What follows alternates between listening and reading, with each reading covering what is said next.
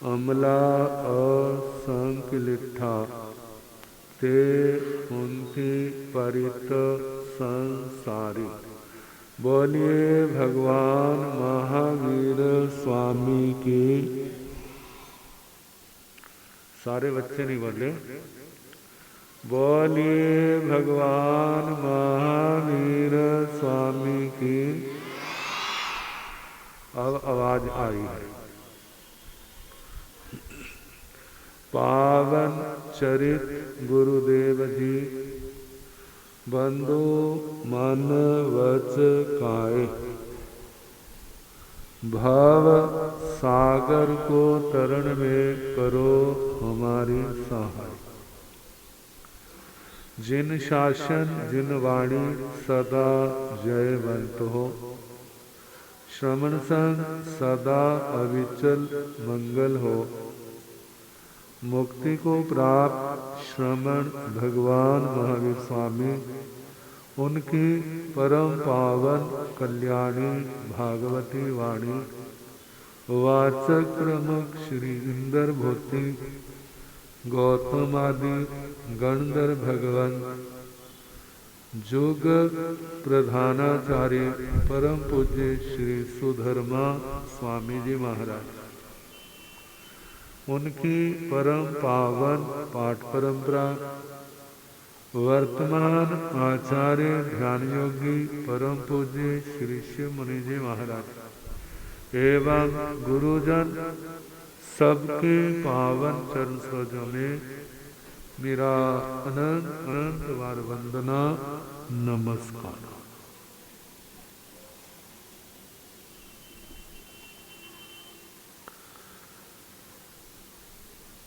आप सब ने प्रभास मुनि जी से बहुत अच्छी अच्छी बातें सुनी। वैसे बच्चों को तो ना देखा जाए तो सारी शिक्षा देते हैं। पहले घर में, फिर स्कूल में, फिर जब ट्यूशन पढ़ने जाते हैं तो वो भी शिक्षा देते हैं।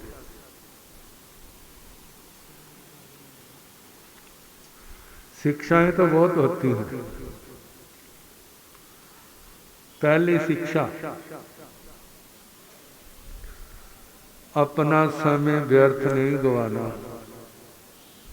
अपना समय व्यर्थ नहीं गवाना। कहाँ गवाते हैं बताने की जरूरत थोड़ी है। बच्चों का समय ज्यादा कहाँ जाता है? टीवी में, मोबाइल में और खेलने कूदने में।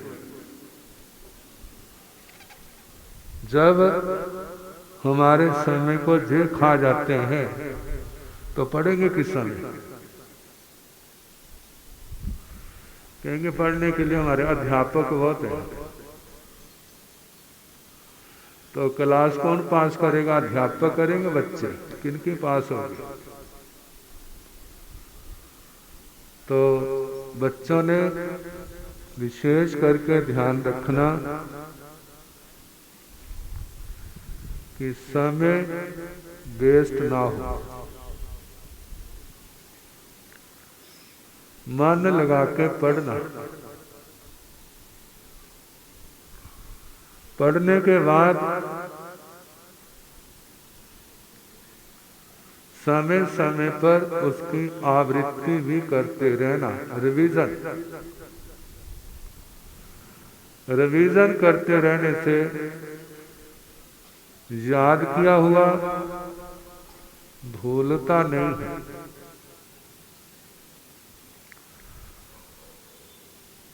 जब भूलेंगे नहीं, आगे बढ़ना आसान होगा। पहली परीक्षा से ही अगली परीक्षा की जो तैयारी शुरू कर देते हैं,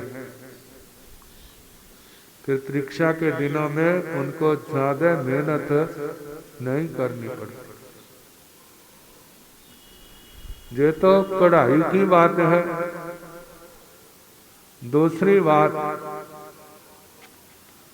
अपना खाना पीना शुद्ध रखना, गलत चीजें नहीं खानी। टेस्टी चीजें अच्छी लगती है, मन करता है हम खाएं, लेकिन वो टेस्टी चीजें जहां धन की बर्बादी होती है वहां पर स्वास्थ्य की भी बर्बादी होती है। तो खाने पीने में ध्यान रखना, गलत नहीं खाना। बुरी संगति, जिनके विचार अच्छे नहीं, आचरण अच्छा नहीं, उनकी संगति से बच करके रहना। बाकी जो मूल बातें हैं प्रभास मुनि ने आपको काफी विस्तार से सुनाई है, तो उसके संबंध में बच्चों के लिए इतना ही हमारी शुभ कामनाएं हैं। स्वस्थ रहें, पढ़ें लिखें, योग्य बने, आगे बढ़े, कुल का नाम, परिवार का नाम, समाज का नाम, स्कूल का नाम, देश का नाम ऊंचा करें। सब के लिए, सब बच्चों के लिए हमारी बहुत बहुत शुभकामनाएं। आज साध्वी श्री सर्वज्ञ प्रभा जी का जन्म दिवस। जन्म दिवस की खुशी तो होती है, साध्वी जी को भी होगी आज मेरा जन्मदिन है। ये बचपन की बातें हैं, बचपन में खुशी होती है, लेकिन बड़ी उम्र में तो विचारने वाली बातें होती हैं। कितने साल हमारे जीवन के चले गए, हमने क्या बनाया है? कहते हैं हमारी नावा नदी पार कर रही है, कितनी पार कर ली है। दूसरा किनारा किसी का ज्यादा है, किसी का थोड़ा है। शुक्र मनाना पता नहीं है, जब पता लग जाए ना फिर तो किनारे दिखेगा और कुछ नहीं दिखेगा। फिर जो 2-4 दिन आराम से जीने हैं ना, वो भी क्या हो जाएंगे, यही गिनता रहेगा, आज मेरे इतने दिन रह गए, आज मेरे इतने दिन रह गए। लेकिन उसका गिनने से फायदा क्या होगा? कहते जीवन छोटा हो चाहे बड़ा हो, सार्थक तो वह है जिसमें हमारी आत्मा निर्मल बने, हमारे कर्मों के बंधन टूटे, हमारा आने वाला समय अच्छा बने। हमारा जीवन केवल इस यही जीवन थोड़ा है, इसके बाद भी तो होगा। ये थोड़ा कि जीवन खत्म हो जाएगा तो हमारी रामलीला खत्म हो जाएगी। कहीं ना कहीं जाके जन्म तो लेंगे ना, फिर शुरुआत हो जाएगी। 1 साल हो गया, 2 साल हो गए, 3 साल हो गए, जब 2-4 साल के होंगे ना तो माँ भी बड़ी खुश हो गया, मेरी भी छुट्टी का टाइम आ गया। 2.5-3 साल का बच्चा हो गया, बच्चा स्कूल में जाएगा और मैं बड़े आराम से, जो हर समय मेरे गले पड़ा रहता है, अब बच्चा स्कूल की ओर हो जाएगा। फिर उसकी 1, 2, 3, 4 पढ़ाई परीक्षाएं शुरू हो जाएंगी। करते करते आगे ग्रोथ किसकी होगी? जिसने पूर्व जन्म में साधना अच्छी की है, जिसका जप तप संयम नियम व्रत अच्छे रहे,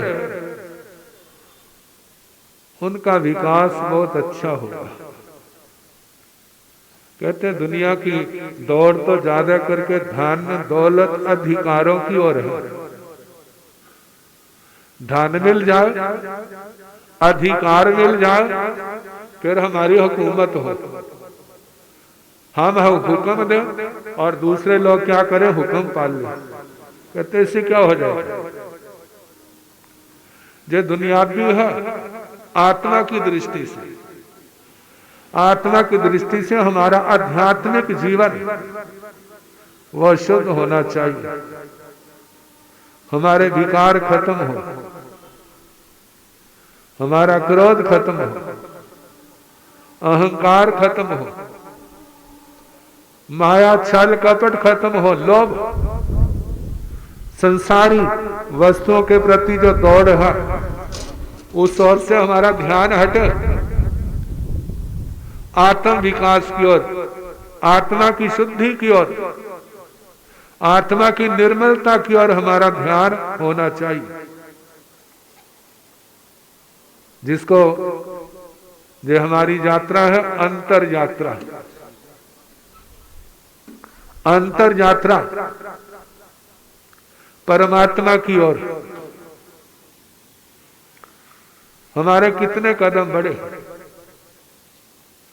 जानते जो वस्तु अच्छी होती है उसको देखने के लिए, उसको लेने के लिए कितनी कितनी दूर से वहां पर पहुंच जाते हैं, और जो अच्छी नहीं है आपके घर के दरवाजे के पास भी आए ना तो उसको डांट करके भगा दो। तो इस आत्मा की भी क्या दशा होगी। घर में जब किसी बच्चे ने जन्म लेना होता है ना तो क्या सोचते हैं हमारा बच्चा कैसा हो, बच्चा कैसा होना चाहिए। कहते बच्चा तो ऐसा होना चाहिए बिल्कुल भगवान का रूप हो। क्या हो? भगवान का रूप हो। जैसे दशरथ कौशल्या के राम थे, जैसे वसुदेव देवकी के कौन थे, कृष्ण जी महाराज थे। ऐसे ही हमारा बालक भी कैसा होना चाहिए, कैसा होना चाहिए? राम जैसा, कान्हे जैसा। सपने तो वही होते हैं, लेकिन ऐसे सपने किसके पूरे होते हैं? याद होगा दशरथ और कौशल्या ने उस राम को पाने के लिए 10,000 वर्ष तक तपस्या की थी। और आपकी तपस्या कितनी है बोला? जब इतनी तपस्या है तब उनके घर में ऐसे बालक का जन्म हुआ है। तो हमारी साधना हमारी आत्मा को ऊंचा उठाने वाली हो। केवल हमारा जीवन अपने लिए नहीं, हमारा जीवन ऐसा हो संसार के लिए आदर्श बन जाए। लोग सोचे हमें जीवन बनाना है तो कैसा बनाना है, ऐसा आदर्श जीवन बने, वही जीवन सार्थक है, सफल है। हमारा सौभाग्य है हमारे को भगवान का शासन मिला। वह भगवान का शासन हमारे जीवन में जब आचरण के रूप में आएगा तो जो हमारी यात्रा जो भगवान की ओर है वो सफल होगी। जानते हैं सारे चाहते हैं किसको मिलना है? भगवान को। किसको मिलना है? भगवान को मिलना। कौन कौन मिलना चाहता है भगवान को? देखो कुछ बच्चों ने हाथ खड़े किया, आपने नहीं मिलना। कौन कौन मिलना चाहता है भगवान को? हाथों की संख्या बढ़ रही है, बच्चों की ज्यादा है, बड़ों की नहीं है। कहते हैं हम तो मिला है कहां पर? इलाहाबाद में, प्रयागराज में। हम तो दर्शन कर आए, गंगा माता के चरणों में कुंभ में डुबकी लगाए। हमारे तो बेड़े पार हो गए, हमने तो पहुंच जाते। अब सारे अपने हाथ नीचे कर ले। अच्छा, आप भगवान के दरबार में जाओगे तो जो सोचो भगवान क्या आपको रख लेंगे? भगवान आपको अपने घर में रख लेंगे? ये भी सोचो भला। भगवान के घर में कितने लोग गए हुए हैं, क्या सबको स्थान मिल जाएगा? किसको स्थान मिलेगा? वह तो स्थान उसी को मिलेगा जिसकी आत्मा पावन होगी। जिसकी आत्मा पावन होगी भगवान उसको स्वयं जहां से ले जाएंगे, और जिसकी आत्मा पावन नहीं है तो उसके लिए यही निर्देश होगा, अभी और तपस्या करो, अभी और साधना करो, अंदर जो मैल बैठी है ना, इस मैल को धो लो। और वो मैल शरीर की नहीं है, वो है विकारों की, वो अविद्या की, वह है मोह की। जितनी जो मैल धुलेगी हमारी आत्मा परमात्मा के पास अपने आप नजदीक पहुंचती जाएगी। बस भगवान की जो शिक्षाएं हैं उनका पालन किया जाए। तो साध्वी जी का जन्मदिन, बहुत बहुत बधाइयाँ, शुभकामनाएं, कितनी ढेरों सारी हमारी शुभकामनाएं। आपका ज्ञान, आपकी श्रद्धा, आपका चरित्र, आपका तप उत्तरोत्तर निर्मल हो। इस मार्ग पर बढ़ते हुए भगवान की वाणी के आराधक बने, हमारा जीवन सफल बने। इन्हीं शुभकामनाओं के साथ बच्चों के लिए, भाइयों के लिए, बहनों के लिए, सब के लिए शुभकामना। हमारा सत्संग का जो प्रसंग है वो तो 12 भाग में चल रही है। कल छठी भावना प्रारंभ की थी, अशुचि। संसार में गंदगी तो चारों ओर फैली हुई है, लेकिन उसको साफ किसने करना है? भगवान थोड़े साफ करेंगे। क्या भगवान से ये काम करवाओगे?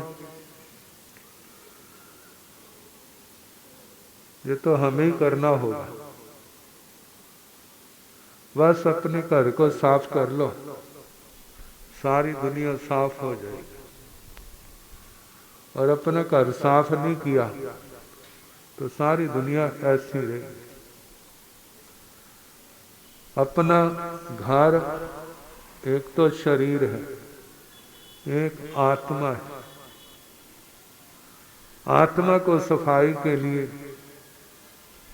जप, तप, नियम, व्रत, उपासना, भगवान, गुरुओं की, और उसके पीछे भावना क्या होनी चाहिए? हमारी आत्मा निर्मल हो,